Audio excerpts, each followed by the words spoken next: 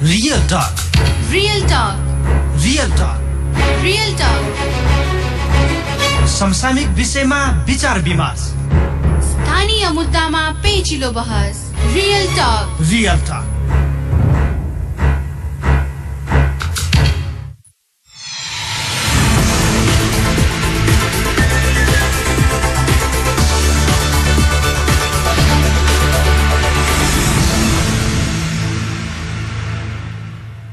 नमस्कार, रियल टकमा स्वागत छ। म वीरेन्द्र। आजको रियल टकमा बर्दियाको बढैया तालमा आगामी माघ 4, 5 र 6 गते हुन गइरहेको थारू साहित्यिक मेला भाग 3 को तयारीका सम्बन्धमा कुराकानी गर्दैछौं।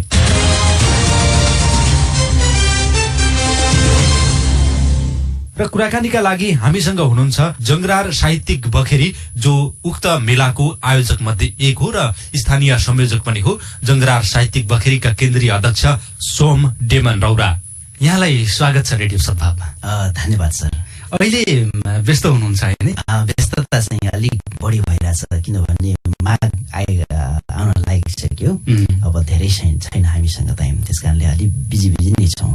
यसको यो अवधारणासँग हामी सम्बन्धित भएर सुरुवात गरौँ त कुराकानीलाई। यो महोत्सवको अवधारणा कसरी बनेको थियो?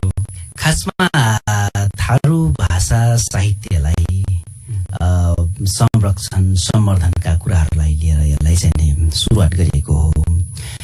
सुरुमा यो थारू साहित्यिक मेला दाङको राजपुरमा भाग 1 र कैलालीको पटेलामा भाग 2 र अहिले चाहिँ बर्दियाको बढैया तालमा भाग 3 गर्न लागेको यो तेस्रो पटक हो। त्यसकारणले अब यसको खास मकसद भनेको, खास उद्देश्य भनेको थारू भाषामा किताब त निस्किराखेका छन्, साहित्य लेखिएको छ, तर कतिपय के भइरहेको छ भने ती साहित्यकारहरूलाई रेकग्नाइज गर्न सकिएको छैन र त्यसलाई चाहिँ दस्तावेजीकरण गर्न सकिएको छैन।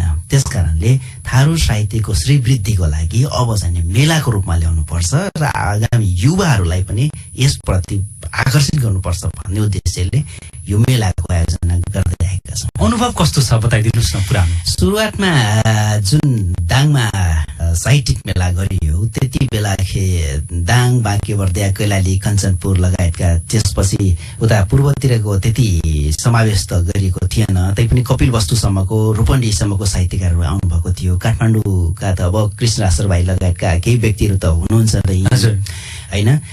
र त्यो सुरुमा कार्यक्रम भइसकेपछि थारू भाषामा, थारू साहित्यको विषयमा त्यति बहस नभएको।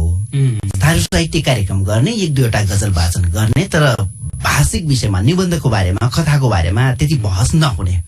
र त्यो दाङमा भइसकेपछि कम्तीमा पनि एउटा चाहिँ बहसको विषय बन्यो।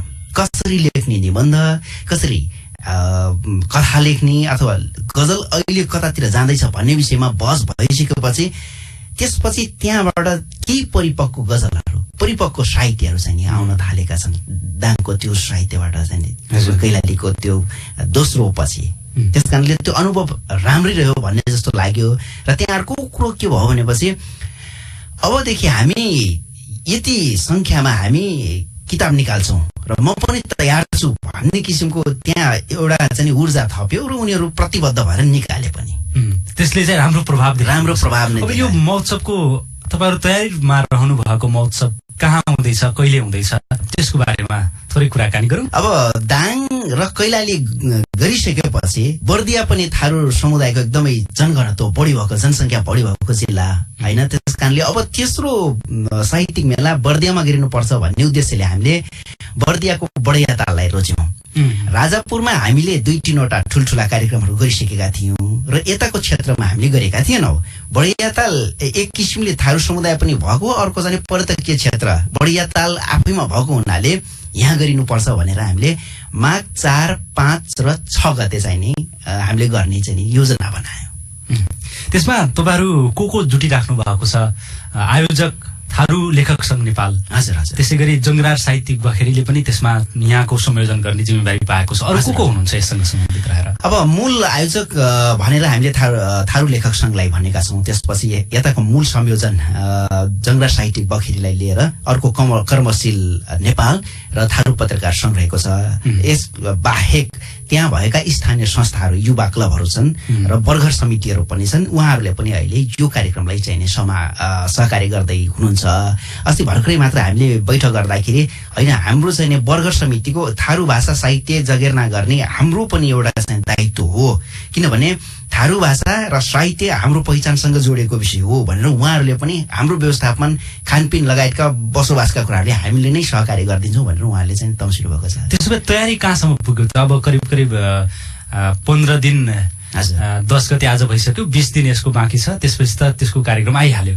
कतिसम्म तयारी पुगेको छ र कति बाँकी छ? अब यसको कन्टेन्ट हामीले लगभग तयार भइसकेको छ र कन्टेन्ट यसको अब पहिलो दिन के हुने, दोस्रो दिन के हुने र के समावेश गरिने भन्ने कुरो चाहिँ हामीले तयार गरिसकेका छौँ र सबैतिर सेयर गरिसकेका छौँ। यसको साथसाथै हामीले चाहिँ नि अब नेपाल प्रज्ञा प्रतिष्ठानलाई समेत चाहिँ नि सम्बोधन गर्ने, बोलाउने भन्ने चाहिँ टार्गेट राखेका छौँ र यहाँ जो थारू भाषा साहित्यको विषयमा जो संघ संस्थाहरू काम गरिराखेका छन् उहाँहरूलाई पनि बोलाउने र स्थानीय जुन हाम्रो तहहरू छन् उहाँहरूले पनि अब हामीले यो तपाईहरूको थारू भाषा साहित्यको लागि सहयोग गर्छौँ भन्ने भएको हुनाले त्यहाँसम्म हामीले चाहिँ नि प्रस्तावना पत्रहरू पठाइसकेका छौँ। यसको साथसाथै अब के विषयहरू हुने भन्ने निर्क्युल त एकदमै भइसकेको छ र अब चाहिँ नि त्यो नामावलीहरू कतिसम्म बोलाउने, कोलाई बोलाउने भन्ने कुरा चाहिँ नि फाइनल हुँदैछ र नम्बरमा त 200 को हाराहारीमा नेपालभरिका थारू साहित्यकारहरू यहाँ हुनेछन् भन्ने छ, तर को आउने भन्ने कुरो चाहिँ नि अब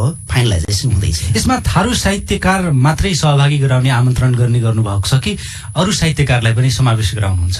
यो सालदेखि हामीले परिवर्तन गर्दैछौँ। दाङ र कैलालीमा भएको साहित्यिक कार्यक्रममा एकदमै थारू साहित्यकारलाई मात्र फोकस गरेको थियो र अहिले चाहिँ हाम्रो बर्दियामा बहुभाषिक कवि गोष्ठी पनि राखिनुपर्छ भनेर यसमा चाहिँ अहिले बहुभाषिक कवि गोष्ठी पनि त्यसमा योजना बनाइसकेका छौँ। त्यसमा चाहिँ यहाँ यो स्तरमा बोलिने स्थानीय भाषाहरू जस्तै हौदी हुन सक्छ, उर्दू हुन सक्छ, थारू नेपाली हुन सक्छ, अन्य भाषाहरू जो छन् बहुभाषिक बनाउने चाहिँ हाम्रो योजना बनाएको। अब तपाईहरुको 4 देखि 6 गतेसम्म यो महोत्सव चल्नेछ। के कार्यक्रम रहनेछन्? केही तय भएको छ अहिलेसम्म? अब यसमा खासमा हाम्रो तय भइसकेको छ। यसमा अब यो थारू लोक साहित्य जुन पहिला हाम्रो छ, जस्तै बर्कीमारहरू छन्, गुरबाबक जलमौती लगायतका छन्, सखिया गीतहरू छन्, यी विषयहरूमा त्यति राम्रोसँग बहस हुन सकेका छैन हैन। अब यो मौखिक साहित्यको रूपमा कतिपय रहेको छ, दस्तावेजीकरणको रूपमा आए तापनि यसमा भनिएका गुरबाबक जलमौती भनेको के हो, बर्की मारले दिएको सन्देश के हो, यसको विषयमा युवाहरू अझ पनि थाहा पाइसकेका छैनन्। त्यसकारणले त्यसको साथसाथै अब यो लोक साहित्यलाई कसरी चाहिने लिएको छ, यसको मूलभूत उद्देश्य के हो, यसको अर्थ के हो, त्यसलाई व्याख्या हुने गरी आगामी यो अहिलेको मोडर्न लिटरेचरमा पनि ती शब्दहरूलाई समावेश गर्नुपर्छ, त्यो ढङ्गले लेख्नुपर्छ भनेर चाहिँ थारू लोक साहित्यलाई पनि त्यहाँ चाहिँ छलफल गर्ने भन्ने राखेका छौँ। त्यसको साथसाथै अब थारू समुदायमा गजल र कविता अब युवाहरूले त्यतिकै लेखिहाल्ने अहिले संख्या बढ्तरी छ, तर कथा र उपन्यास त्यति चाहिँ त्यहाँ लेखन कार्य भइरहेको छैन। त्यसकारणले आख्यान तर्फ पनि विशेष रूपमा छलफल गर्ने भन्ने चाहिँ हाम्रो शेड्युलमा छ। त्यसको साथसाथै महिलाहरू केही समयको लागि लेख्ने, तर बिस्तारै चाहिँ छापामा पनि कम आउने र त्यसलाई बुक पनि प्रकाशन गर्न नसक्ने अवस्था भएको हुनाले लेखनमा नारीहरूको अवस्थाको विषयमा पनि चाहिँ त्यसको विषयमा पनि छलफल गर्ने हामीले त्यसमा राखेका छौँ। त्यसो नै बहुभाषिक पनि कवि गोष्ठी पनि हुन्छ त्यहाँ। अब यो कसरी हुन्छ? खुला हुने हो कि यसलाई कबर्ड हलमा हुने हो कि कसरी हुन्छ? कोठाभित्र गर्ने हो कि बाहिरै गरिन्छ? पहिला अलिकति हामीले डिजाइन पनि चेन्ज केही गरेका छौँ। यसलाई चाहिँ नि सुरुमा जस्तै हाम्रो एकदम बहसमुखी छ भने त्यस्तो खालको अलिकति कभर जस्तो अलि सिटिङ एरेन्जमेन्ट पनि अलि चेन्ज गरेका छौँ। जस्तै अब सांस्कृतिक स्टेजहरू एकदम हाई लेभलका अलिकति उँचो हुन्छन्, अग्लो हुन्छन्, तर त्यस्तो खालको नगराउने कि अलि होचो स्टेज गराउने, बसेर मजाले छलफल गर्ने खालको, बहस गर्ने खालको बनाउने भन्ने कुरो छ। जस्तै साहित्यिक व्यक्तित्वहरू भित्र कवर्ड हल भित्र अतिने गरी र अन्य पनि जस्तै त्यहाँका दर्शकहरू हुन्छन्, सहभागी अन्य पनि हुन्छन् गाउँका व्यक्तिहरू, उहाँहरूलाई पनि देखिने गरी अलिकति परसम्म केही गर्ने भन्ने चाहिँ त्यसरी हामीले म्यानेजमेन्ट गरिरहेको छौँ। र अब हामी साहित्यको अवस्थाका कुरा गरौँ। थारू भाषा र साहित्य अहिले कस्तो अवस्थामा पाउनु भएको छ? तपाईँ एकजना थारू भाषाको अब्बल साहित्यकार र भाषासँग अझ बढी नजिक रहनु भएको व्यक्ति हुनुहुन्छ। कसरी हेर्नु भएको छ थारू भाषाको र साहित्यको अवस्थालाई अहिलेको? पहिले लोक साहित्यमा खास गरिकन जस्तै मैले भने हजुरलाई बर्कीमार भयो, गुरुबाबक जलमती भयो, प्राय जसो यस्ता साहित्यहरूमा धर्मको बारेमा लेखिएको थियो हैन, नीति नियमका बारेमा लेखिएको थियो, आज नैतिकताको बारेमा लेखिएको थियो। र अहिलेको साहित्य यतातिर आउँदाखेरि बढी जसो खासमा थारू समुदायमा थारू साहित्यमा गजल प्रवेश गरिसकेपछि माया पिरतीका विषयहरू बढी चाहिँ समावेश छन्। हुन त स्वाभाविक हो माया पिरती भनेको हैन, सबैलाई माया प्रीति नै छ, संसार माया प्रीति नै चल्छ। तथापि ती माया प्रीतिमा पनि सामाजिकीकरण कसरी गर्ने, सोशल इस्युजहरूलाई कसरी उठाउने भन्ने कुरा चाहिँ नि राखेको छ। जस्तै अब थारू समुदाय एक किसिमले कृषिमा आत्मनिर्भर भएका समुदाय भर्खर मात्र केहीहरू बिजनेस गर्दैछन् र केहीहरू सरकारी नोकरीतिर जाँदैछन् र त्यसमा अहिले चाहिँ पोलिटिकल कन्फ्लिक्टका विषयहरूमा र सोशल चेन्जेसको विषयमा पनि के कारणले कति कारणले पछाडि भएका छन्, ती सामाजिक इस्युहरूलाई पनि उठान गर्नुपर्छ भन्ने हिसाबले केही निबन्धहरू केही कथाहरू पनि आइरहेका छन्। जस्तै भर्खरै शेखर दैतले निकाल्नु भएको गैरवा बुढो भन्ने एउटा चाहिँ कथा संग्रह छ। त्यसलाई चाहिँ पुराना थारू समुदायमा कमैया भएको अवस्थादेखि लिएर अहिलेसम्मको अवस्थालाई एक किसिमले सामाजिक इस्युहरू समेटेको छ। यस्ता कथाहरू पनि आइरहेका छन्। संख्यात्मक हिसाबले प्रकाशन भइसकेका साहित्यकारहरू कति हुनुहुन्छ होला थारू भाषामा? अझै पनि त्यो त्यति धेरै छैनन्। जस्तै अब कविता भन्ने नै हो भने पनि जम्मा 1-2 कविताहरू हामीले संग्रह भएका पछिल्लो अवस्थामा हामीले पाइरहेका छौँ। जस्तै सुशील चौधरीले एउटा चाहिँ बिरहोल बसिया भनेर एउटा कविता संग्रह निकाल्नु भएको छ, सन्तराम धारकटुवा भन्ने कथा संग्रह निकाल्नु भएको छ। कतिपय ती साहित्यकारहरूले 1-2 किताब निकालेर त्यतिकै चाहिँ अहिले बसिराख्नु भएको छ। त्यो हुनसक्छ त्यो माहौलको कारणले उठ्न नसक्नु हो कारण पनि हुनसक्छ अथवा के कारण हो, तर उहाँहरूलाई हामीले ल्याउन कोसिस गरिरहेका छौँ। करिबन प्रकाशनमा यसो हेर्दा हामीले जङ्गरार साहित्यिक बखेरीको अभियान सुरु गर्दाखेरि 6-7वटा पुस्तकहरू त निकाल्यौँ, तर ती पुस्तकहरूमा बढी जसो गजल संग्रह नै रहेका छन् र मुक्तक रहेको छ र एउटा जाने निबन्ध संग्रह रहेको छ। यसो हेर्दाखेरि लगभग अहिले प्रकाशनमा आएका 15-20 साहित्यकारहरू होला अहिले हुनुहुन्छ। र यसरी हेर्दाखेरि साहित्यिक थारू भाषाका साहित्यकारहरूलाई हेरेर एउटा यस्तो साहित्यकारलाई हेरेर थारू भाषाको अर्को साहित्यकार जो भर्खरै लेखिरहेको छ उसले म यस्तो साहित्यकार बन्न सक्छु भन्ने एउटा आइडल बनिसकेका छन् साहित्य थारू भाषाभित्र। त्यस्तो कोही व्यक्ति हुनुहुन्छ अहिले? ठ्याक्कै के अरे अब सन्तराम धारकटुवाको कथा पढेर उहाँको कथा जब मैले पढेँ, हामारजुनी भन्ने कथा संग्रह हो, त्यसपछि मैले एकदमै प्रभावित भएर लेख्नुपर्छ भन्ने पनि लाग्यो र मैले केहीहरू लेखेँ र अहिले त्यो कथा संग्रह म नेपालीमा पनि ट्रान्सलेट गरिरहेको छु। त्यो नेपालीमा ट्रान्सलेट गर्नुको उद्देश्य पनि छ। जस्तै अब थारू समुदायमा कस्तो प्रवृत्ति रहेको छ, ट्रेन्ड रहेको छ भने थारू लेखकहरूमा आफ्नो किताब निकाल्ने, आफ्नो किताब स्वयं नै निकालिसकेपछि सबै पढ्ने बानी त्यस्तो छैन भने अरूको किताब त झन् एकदमै कम छ पढ्ने बानी। त्यस कारणले त्यस्तो ट्रेन्डलाई अलिक बढाउनु पर्छ भन्ने हिसाबले उहाँको जुन एकदम महत्त्वपूर्ण एकदम राम्रा कथाहरू छन् नेपालीमा लेखिसकेपछि ट्रान्सलेट गरिसकेपछि उहाँ चर्चामा आउनुहुन्छ भन्ने जस्तो मलाई लागेको छ। भन्नाले गुणस्तर चाहिँ छ थारू भाषाको साहित्यभित्र। थारू भाषाका साहित्यभित्र गुणस्तरीयता छ, तर ती गुणस्तरीयता भए तापनि पाठकहरूको संख्या चाहिँ एकदमै कम छ। त्यसको कारण के केलाउनु भएको छ, के रहेछ त कारण?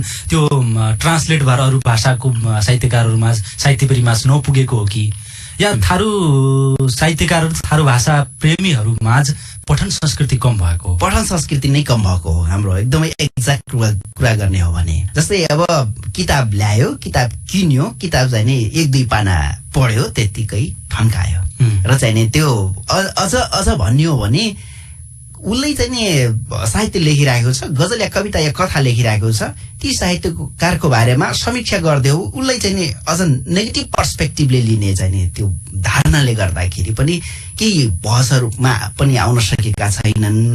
यसो भएको हुनाले अब समीक्षा पनि नहुने, बहस पनि नहुने भएको हुनाले केही समयमा लेख्ने त्यसपछि चाहिँ त्यतिकै छोड्ने भइरहेको छ। र एउटा चाहिँ अर्को त्यो पठन संस्कृतिको कमी किन भएको हो भन्ने जस्तो लाग्छ भने मैले भने जस्तै हामीले समीक्षा गर्न सकेका छैनौँ, साहित्यको बारेमा किताबको बारेमा समालोचना लेख्न सकेका छैनौँ।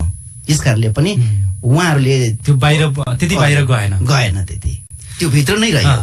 त्यो प्रकाशकहरू चाहिँ कसरी कहाँबाट प्रकाशन गरिराख्नु भएको छ?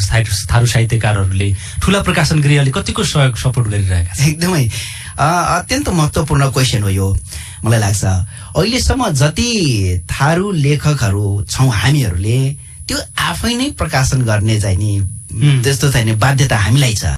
जस्तै मैले लेखेँ एउटा कथा लेखेँ या गजल या कविता लेखेँ भने आफै नै प्रकाशक बन्ने, या जस्तै थारू साहित्यिक संस्थाहरू छन् उसले नै प्रकाशक बन्ने अवस्था रहेको छ। अब यसमा विविध कारण हुन सक्छ। एउटा त थारू समुदायमा थारू भाषाका पाठक नभएको हुनाले बिक्री नहुन पनि सक्ने अवस्थाले गर्दाखेरि ठुला प्रकाशन गृहहरू लिन नसक्ने अवस्था पनि देखा पर्छ। सायद मेरो एनालाइसिस त्यो हुन सक्छ। त्यसकारणले सकभर कि त आफैले प्रकाशन गर्ने कि त साहित्यिक थारू भाषाकै साहित्यिक संस्थाहरूले प्रकाशन गरिरहेका छन्। भन्नाले त्यसको चाहिँ बजारीकरणमा अलिक समस्या बजारीकरणमा एकदमै समस्या छ। अहिलेसम्म पनि जङ्गरार साहित्यिक बगेरले 7वटा किताबहरू प्रकाशन गरिसक्यो। त्यसलाई चाहिँ अब बजार व्यवस्थापन कसले गर्ने, आफू पनि त्यसै पनि व्यस्त भइने, अन्य साहित्यकारहरूले पनि आफै किताब निकाल्यो, आफै बेच्ने, आफै चाहिँ वितरण गर्ने, त्यसो भएको हुनाले उसलाई चाहिँ समस्या त्यसै पनि पर्छ। किनभने 24 घण्टा त उसले दिन सक्दैन समय, त्यसो गाह्रो छ अलि बजारीकरण। अब नयाँ पुस्ताको आकर्षण साहित्यमा तपाईँले अघि कुरा गर्नुभएको थियो, गजलमा अलि बढी आकर्षण छ। त्यो आकर्षणको जो दर छ त्यसलाई हेर्दाखेरि आशा गर्न सकिने ठाउँ छ थारू भाषा साहित्यभित्र? अब एउटा चाहिँ नयाँ इनिसिएसन हामीले के गरेका छौँ भने यो प्रतियोगितामा यो साहित्यिक मेला जुन 3 भइरहेको छ, थारू समुदायका गजल साहित्यकारहरू गजल लेखे, मुक्तक लेखे साना जसलाई चाहिँ 4 लाइनमा सकिन्छ अथवा चाहिँ 8 लाइनमा सकिन्छ। त्यसलाई चाहिँ लेख्न सजिलो माने, जसमा माया प्रीतिका कुराहरू सहजै प्रस्फुटन गर्न सकिन्छ। र कथा र निबन्धलाई लेख्न सकेन र पछिल्लो अवस्थामा यसलाई चाहिँ कसरी आकर्षण गर्न सकिन्छ भनेर युनिक नेपालले प्रतियोगिता पनि राख्यो, निबन्ध प्रतियोगिता र कथा प्रतियोगिता राख्यो। र त्यसले गर्दाखेरि कम्तीमा पनि त्यहाँ चाहिँ दर्जन बढी कथाकारहरू त्यहाँ र निबन्धकारहरू भाग लिए। यसो भएको हुनाले यसले के प्रोत्साहन गर्छ कि भन्ने मलाई लाग्यो। संख्या पनि बढायो लेख्ने, त्यसपछि उनीहरू अहिले निरन्तरता पनि दिएका छन् लेख्नमा। र अहिले हामीले के गरेका छौँ भनेपछि नाटक लेखनमा त झनै छैन भनेर नाटक लेखनमा पनि थारू साहित्यकारलाई ल्याउनुपर्छ भनेर अहिले चाहिँ हामीले नाटक प्रतियोगिता चाहिँ राखेका छौँ यो साहित्यिक आकर्षणका लागि। त्यसकारणले अब यसको थप आकर्षणको लागि समय समयमा मासिक रूपमा अथवा चाहिँ क्वार्टरली बेसिसमा साहित्यिक कार्यक्रम गर्ने, साथसाथै प्रतियोगिता पनि गर्ने र बहस गर्नुपर्छ भन्ने जस्तो मलाई लाग्यो। यो आयु हेर्दाखेरि थारू साहित्यको आयु कति लामो छ र त्यो आयुभित्र हामी अहिले सन्तुष्ट हुने सक्ने अवस्था? मैले अघि आशाको कुरा गरेको थिएँ। अब अगाडि जाँदाखेरि हामी राम्रो ठाउँमा पुग्छौँ भन्ने आशा देखिने ठाउँ छ। यो आयुको हिसाबले हेर्दाखेरि कसरी विश्लेषण गर्नु भएको छ? अब यो परापूर्व कालदेखि थारू भाषाको थारू समुदायको आफ्नै लोक साहित्यहरू छन्।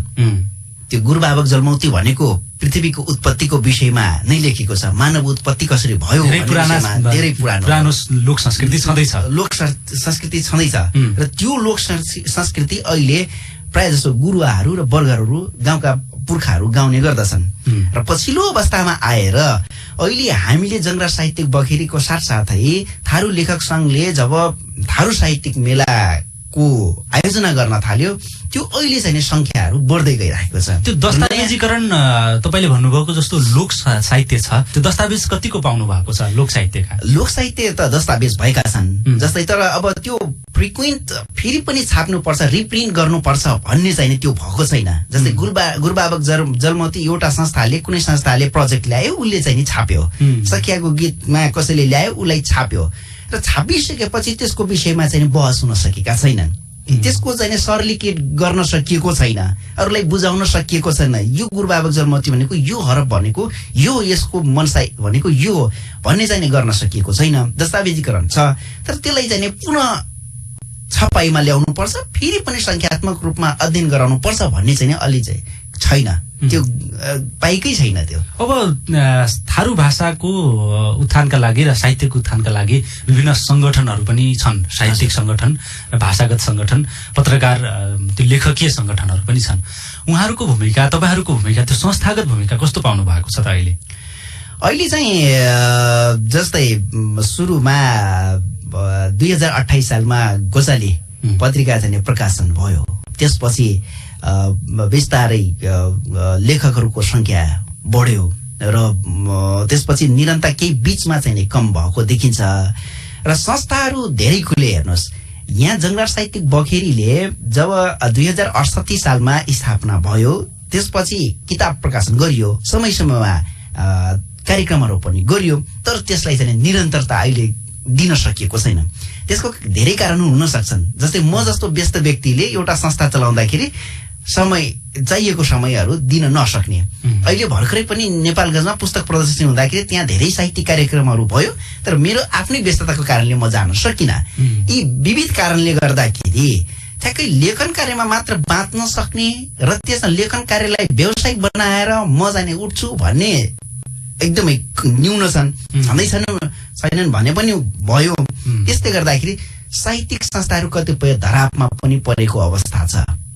उनीहरूले केही समयहरू अभियान चलाउने र चाहिँ पछिल्लो अवस्थामा गएर त्यत्तिकै चाहिँ निन्दाए जस्तो अवस्था छ एक। र अर्को दोस्रो समस्या हाम्रो पनि के छ भनेपछि हामीले थारू भाषाको साहित्यहरू लेख्ने मात्र थारू समुदायले, तर नेपाली र अन्य साहित्यहरू लेख्न नसक्ने केही कमजोरी पनि छन् र ती कार्यक्रमहरूमा जान नसक्ने केही कमजोरी भएको हुनाले हामीले अरू संस्थाले, अरू भाषाका संस्थाले गरेका सिकाइहरू, प्र्याक्टिसहरू हामीले त्यसलाई चाहिँ अपनाउन अलिक कमजोरीहरू रहेका छन्, जसले गर्दाखेरि थारू साहित्यिक संस्थाहरू जन्मिने र फेरि चाहिँ निदाउने अवस्था रहेको छ। यसमा मिडियाहरूको साथ, अब साहित्यिक संस्थाहरूको त सबैतिरको यो समस्या नै हो हैन। केही समय राम्रो काम गरिन्छ, साहित्य संस्थाहरू कमै छन्, लामो समयसम्म राम्रो काम गरेर हिँडेका, नेपाली भाषाकै विषयमा, समग्र भाषाकै विषयमा काम गर्ने संस्थाहरू पनि त्यस्तै अवस्थामा छन्। मिडियाहरूको साथ हैन, पत्र पत्रिकामा कतिको छापिन्छन्, रेडियोमा कतिको कार्यक्रमहरू चलिरहेछन्। एक समय त जसरी नेपाली भाषाका कार्यक्रमहरू चल्थे रेडियोमा, त्यसै गरी एफएम रेडियोमा थारू भाषाका कार्यक्रम पनि चल्थे। अहिले के छ अवस्था? कुनै पनि समुदायको भाषा र साहित्यको जगेर्नाको लागि, संरक्षणको लागि मिडियाको एकदमै महत्त्वपूर्ण भूमिका हुन्छ। र त्यति बेला तपाईँले भने जस्तै त्यति बेला मैले पनि रेडियो प्रोग्राम करिबन 5-6 वर्ष चलाएँ र त्यति बेला जस्तै संस्मरण कथाहरू वाचन गर्ने थारू भाषाका र साहित्यिक कार्यक्रमहरू वाचन गर्ने, र यसो गर्दाखेरि यसको रेन्ज पनि ठुलो भएको हुनाले मान्छेले सुन्दैन भने पनि रेडियो खोलिसकेपछि सुन्नै पर्ने भएको हुनाले त्यो सुनिसकेपछि उनीहरूमा पनि केही उत्प्रेरणा जाग्ने भएको हुनाले नलेख्ने मान्छेहरू पनि कहिलेकाहीँ लेख्ने अथवा नगुनगुनाउने मान्छेहरू पनि कहिलेकाहीँ गुनगुनाउने भएको हुनाले यसको चाहिँ एकदमै महत्त्वपूर्ण रोल रहेको छ। र यसमा अहिलेको परिप्रेक्ष्यमा हेर्दाखेरि, मैले यसो हेर्दाखेरि नेपालगञ्जमा या बर्दियामा कतै पनि एफएममा साहित्यिक कार्यक्रम चलाउने मान्छेहरू साहित्यकार छैनन्। उनीहरूले खालि चाहिँ अब कम्तीमा पनि साहित्यिक कार्यक्रम चलाउनको लागि गजल के हो, संरचनाको बारेमा जान्नु पर्यो, कविता के हो, कथालाई विश्लेषण गर्न सक्ने मान्छे आइदियो भने साहित्यको महत्त्व बढ्थ्यो नि त। हामीले कुनै पनि चिजको प्रयोग गर्नको लागि सुरुमा त त्यसको महत्त्वको बारेमा थाहा पाउनु पर्यो नि त। जस्तै हामी बजारमा तरकारी किन्न जान्छौँ, तरकारी किन्न गइसकेपछि यसमा यो भिटामिन प्रोटिन्सहरू क्याल्सियमहरू हुन्छन् भनेर हामीले त्यसको बारेमा बुझ्यौँ भने यो मिठो हुन्छ भने त्यसको बारेमा बुझेर हामीले तरकारी किन्छौँ। र त्यो त्यो रेडियो प्रोग्राम चलाउने मान्छे त्यस साहित्यको बारेको महत्त्वको बारेमा विश्लेषण गर्न सकिएन भने त्यसलाई चाहिँ अर्को उत्पादन गर्न सक्दैन। त्यसकारण त्यस्तो खालको हुन जरुरी छ। र मिडियाको सवालमा मलाई लाग्छ यहाँ नेपालगञ्जमा उहाँहरूले कैयौँ पटक भनिसक्नु भएको छ, मलाई पनि सर्वाइभ एफएमले कति पटक बोलाइसक्यो कि एउटा थारू भाषाको कार्यक्रम चलाइदिनुहोस्, तर म आफै व्यस्त छु र अर्को व्यक्ति आउन सकेको छैन यस्तो चाहिँ थारू भाषाको कार्यक्रम चलाउन। मिडियामा कि दैनिक नेपालगञ्जले मैले थारू भाषाको आर्टिकल कथा पठाउँदाखेरि उहाँहरूले छाप दिनुहुन्थ्यो, तर अहिले म आफै लेख्न सकेको छैन। त्यस कारणले कतिपय धेरै कमजोरीहरू मिडियाको साथ छ, तर समस्या चाहिँ जनशक्ति त्यो क्षमता भएको व्यक्ति मिडिएटर चाहिँ छैन। त्यो समस्या भएको हुनाले केही समस्याहरू छन्। अब यसका लागि भाषाका लागि पछिल्लो समय सरकारी संयन्त्रले अलिकता सबै भाषालाई त्यसलाई अलिकता ध्यान दिएको जस्तो त देखिन्छ। गोरखापत्रले पनि विभिन्न भाषाका पृष्ठहरू मासिक रूपमा प्रकाशन गरिरहेको छ। प्रज्ञा प्रतिष्ठानले पनि त्यस किसिमका सामग्रीहरू र प्रकाशनहरू ल्याइरहेको छ। त्यो कतिको तल्लो समय जो अहिले नयाँ आइरहेको पुस्ता छ त्यहाँसम्म पुग्न सकिरहेको छ कि छैन, त्यसको पहुँच कतिको छ, तपाईँले कसरी हेर्नु भएको छ? एकदमै महत्त्वपूर्ण सवाल उठाउनु भयो। जस्तै यही नेपालगञ्जमा भएका कतिपय लेखकहरू, विशेष गरिकन मैले थारू समुदायको लेखकको विषयमा म कुरा गर्दैछु, उहाँहरूले पत्रिका पढ्न सक्नु भएको छैन। जस्तै गोरखापत्रमा एउटा चाहिँ थारू भाषाको पृष्ठ भनेर दिएको छ त्यहाँ। अब मैले त्यसलाई चाहिँ प्रायः जसो म इन्टरनेटबाट पढ्ने गर्छु, त्यसलाई चाहिँ अनलाइन पढ्ने गर्छु। र कतिपय यस्ताहरू छन् उहाँहरूले एकदमै कम नगण्य मात्रामा पढ्नुहुन्छ भनेपछि गाउँमा त झन् गोरखापत्र र त्यस्ता पत्रिकाहरू पुगेकै छैनन्, गाह्रो छ। अब सुन्ने भनेको खालि यही रेडियोको माध्यमबाट नै हो।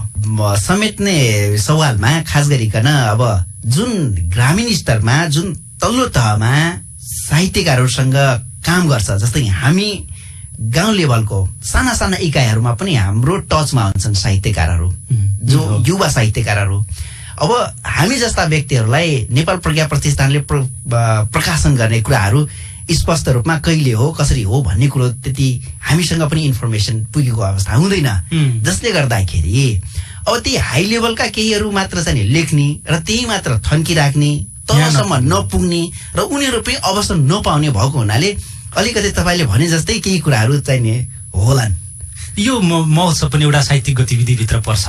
यसलाई तपाईँ त्यहाँसम्म पुग्नु भयो कि भएन र कस्तो रेस्पोन्स पाउनु भएको छ सरकारी संयन्त्रको? अहिले चाहिँ नि काठमाडौँको लागि हामीले कृष्णराज सरबारी ज्यूलाई हामी जिम्मेवारी दिएको हुनाले उहाँको रेस्पोन्स अनुसार के छ भनेपछि अहिले हाम्रो यो थारू साहित्यिक मेला भाग 3 मा नेपाल प्रज्ञा प्रतिष्ठानले सहयोग गरिरहेछ भन्ने चाहिँ उहाँले सूचना दिनुभएको छ। र यसभन्दा अगाडि 2 मा होइन 1 मा पनि नेपाल प्रज्ञा प्रतिष्ठानले हामीले चाहिँ सहयोग गरे। र अहिले एउटा खुसीको कुरो के छ भने स्थानीय तहहरू जस्तै नगरपालिका भयो, गाउँपालिकाहरू, उहाँहरू चाहिँ नि अहिले यो साहित्यिक मेलामा हामीले सहयोग गर्छौँ भन्ने प्रतिबद्धता दिनुभएको छ। र यसभन्दा पहिले हामीले थारू भाषालाई सरकारी कामकाजी भाषा बनाउनुपर्छ भन्ने विषयमा पनि छलफल गर्यौँ र उहाँहरूले सहमत पनि हुनुहुन्छ। पहिचानकै लागि धेरै ठुला आन्दोलन पनि भए, त्यसले धेरै ठुला क्षति पनि बेहोर्नु पर्यो। हजुर। र अहिले पछिल्लो समय भाषा पहिचानको मुद्दा बन्न सक्छ कि सक्दैन भन्ने कुरा नै ओझेलमा पर्दै गएको जस्तो लाग्दैन? तर भाषाको उत्थान मुद्दा किन बनिरहेको छैन? होइन, अब उहाँहरूले कसरी लिनु भएको छ मलाई थाहा भएन, तर हामीलाई के लाग्छ भनेपछि थारू हुँ भन्नलाई त थारू भाषा बोल्नु पर्यो नि, थारू भाषा हुनु पर्यो नि। त्यसकारण बोल्न चाहिने थारू भाषा बोल्ने भएको हुनाले थारू भाषामा लेख्न सक्यो भने यिनीहरूको इतिहास दस्तावेजीकरण छ भन्ने कुरो त्यो पहिचानसँग जोडिन्छ होइन। त्यसकारणले अब कतिपय कुराहरू यस्ता छन् राजनीतिक मुद्दा मात्र पहिचान होइनन्। जस्तै मसँग हामी थारू समुदायसँग गुरुबाबाको जन्मौती मैले अघि नै भने सरलाई होइन बर्कीमार छ र त्यसमा चाहिँ थारू समुदायको धर्मको विषयमा लेखिएको छ, पृथ्वी कसरी उत्पत्ति भयो, मान्छे कसरी उत्पत्ति भयो र त्यसपछि थारूहरूको बारेमा लेखिएको छ। र जस्तै अब यो बर्कीमारमा जुन महाभारत हिन्दू धर्मग्रन्थ महाभारतसँग केही सम्बन्धित छ बर्कीमारमा, तर यसमा चाहिँ अलिकति फरक के छ भनेपछि महाभारतमा अर्जुनले बाण हान्छन् भनेपछि बर्कीमारमा के अरे भीमले बाण हान्छन् र फरक छ केही कुराहरू। र जस्तै अतुवारीमा हामीले भीमको पूजा गर्छौँ र भीमकै पूजा गरियो र बर्खिमारमा भीमले नै किन बाण हान्छन् भन्ने कुरा केही प्रसङ्गहरू छन् ती कुराहरू थारूको इतिहाससँग जोडिएका विषयहरू हुन् र यो भाषा साहित्य र संस्कृति लोक संस्कृतिसँग जोडिएको विषय हो। यसकारणले हामी के भन्छौँ भनेपछि भाषा पनि पहिचानको एउटा मूल मुद्दा हो। यसलाई संरक्षण गर्न सकियो भने मात्र एउटा पहिचानको अस्तित्व रहन्छ। त्यो राजनीतिक नेतृत्व छ नि, थारू राजनीतिक नेतृत्व जो अगुवाहरू हुनुहुन्छ उहाँहरूको ध्यान यतातर्फ छ कि छैन? एकदमै कम पाउँछु मैले आफै विश्लेषण गर्ने हो भने एकदमै कम पाउँछु। जस्तै होला उहाँहरूले भाषालाई बचाउनु पर्छ भन्ने कुनै कोलममा राख्नु भएछ होला, तर यसलाई नै मूल विषयलाई बनाएर हामीले पनि साहित्यिक संस्थाहरूलाई जगेर्ना गर्नुपर्छ, सांस्कृतिक संस्थाहरूलाई जगेर्ना गर्नुपर्छ, उहाँहरूको अभियानमा हामीले सहयोग गर्नुपर्छ भन्ने उहाँहरूको मनसा एकदमै कम भेटिन्छ। त्यो राजनीतिक एउटा आन्दोलन थियो, मुभमेन्ट थियो, त्यसले चाहिँ भाषाप्रति प्रेम बढाएको छ कि छैन त थारू साहित्यकारहरू बीच, थारू भाषा प्रेमीहरू बीच? त्यो त बढाउँछ नै, त्यति स्वाभाविक रूपमा बढाउँछ। किनभने यसमा चाहिँ बढी जसो लेखकहरू जसले थारू भाषाका कुराहरू लेखिराखेका छन् उहाँहरूलाई त थाहा छ नि त हाम्रो पहिचानको मुद्दा हो भनेर। साहित्य भाषा साहित्य हाम्रो पहिचानको मुद्दा हो। हामीले बोल्यौँ भने बल्ल बाँच्छ भाषा, हामी बोलेनौँ भने अरूले त बोल्दैन। त्यस कारणले हामीले बोले मात्र अरूले बोल्छन्, अरूले बोल्यो भने यो रहन्छ, प्र्याक्टिसमा भने रहन्छ। अब प्र्याक्टिसमै भएन भने यो स्वतः जान्छ र स्वतः जानु भनेको हाम्रो एउटा चाहिँ जुन पहिचानको एउटा हाँगा हो त्यो काटिन्छ र त्यो कमजोर नै हुन्छ। त्यसले चाहिँ राजनीतिक मुभमेन्टको एउटा सकारात्मक पक्ष त्यो पनि छ, त्यसले एउटा परिवर्तन ल्याएको छ, मलाई त्यो लाग्छ। अब हामी कार्यक्रमको अन्तमा यही महोत्सवसँग सम्बन्धित रहेर अहिले रेडियो सुनिएर बस्नुभएका साहित्य प्रेमी, थारू भाषा प्रेमी, थारू संस्कृति प्रेमी सबैलाई यहाँको आग्रह के छ? यसमा थारू भाषा साहित्यका विषयमा छलफलहरू मेलाहरू एकदमै कम भइराखेका हुन्छन् र यो बर्दियामा गरिनु भनेको बाँके बर्दिया कैलाली कञ्चनपुर लगायतका जिल्लामा रहेका थारू साहित्यकारहरूको लागि एकदमै ठुलो अपर्च्युनिटी हो, एकदमै ठुलो अवसर हो। यो किन अवसर हो भनेपछि कम्तीमा पनि हामीले हाम्रो भाषा र साहित्यलाई जगेर्ना गरिनुपर्छ भन्ने एक। दोस्रो अर्को के हुन्छ भनेपछि यो एउटा पुस्तक प्रदर्शनीको मेला पनि हो जहाँ धेरै साहित्यकारहरूको पुस्तक हुने गर्दछन् र धेरै विषयहरूमा हामीले बहस गर्छौं। यस कारणले हामीले अबको साहित्यलाई कुन ट्रेन्डमा लग्नुपर्छ, कसरी लग्नुपर्छ भन्ने एउटा चाहिँ वे आउट वे फरवर्ड निकाल्न सक्छ भन्ने हिसाबले पनि महत्त्वपूर्ण छ। र अर्को के महत्त्वपूर्ण छ भन्ने मलाई लाग्छ भने जस्तै अहिले बहुभाषिक गोष्ठीलाई जोडेका छौं हामीले र बहुभाषिक साहित्यिक गोष्ठीलाई जोड्दाखेरि नेपाली भाषामा लेख्ने अथवा नेपाली भाषाका प्रसिद्ध लेखकहरू पनि हामीले चाहिँ बोलाउने हामीले प्रयास गरिराखेका छौं। ती आख्यानकारहरूलाई कविहरूलाई हामीले बोलायौं भने उहाँहरूबाट धेरै कुरा सिक्न सकिन्छ। कसरी लेखिराख्नु भएको छ, उहाँको अभ्यास के छ र त्यो सिक्यो भने हामीले अरू भाषाले कसरी प्रगति गरिराखेको छ थारू अन्य साहित्यमा, त्यसरी गरी हामीले थारू साहित्यलाई पनि त्यस मोडलमा हामीले प्र्याक्टिस गर्नुपर्छ कि भन्ने भएको हुनाले यसमा चाहिँ नि थारू लेखक, साहित्यकार र अन्य जो भाषा साहित्य प्रेमीहरू हुनुहुन्छ उहाँहरूको सहभागिता हुनु भनेको एकदमै एकदम फलदायी हुन्छ भन्ने मलाई लागेको छ र उहाँलाई यस कार्यक्रममा आउनलाई पनि म एकदम विनम्र आग्रह गर्न चाहन्छु। हस्, यहाँलाई यो महत्त्वपूर्ण समयका लागि धेरै धेरै धन्यवाद। धन्यवाद। मलाई यो थारू भाषा साहित्य र थारू साहित्यिक मेला भाग 3 को विषयमा बोल्ने अवसर दिनुभयो। मलाई लाग्छ अब यो साहित्यिक मेलाले केही न केही थारू भाषा साहित्यमा परिवर्तन गर्नेछ।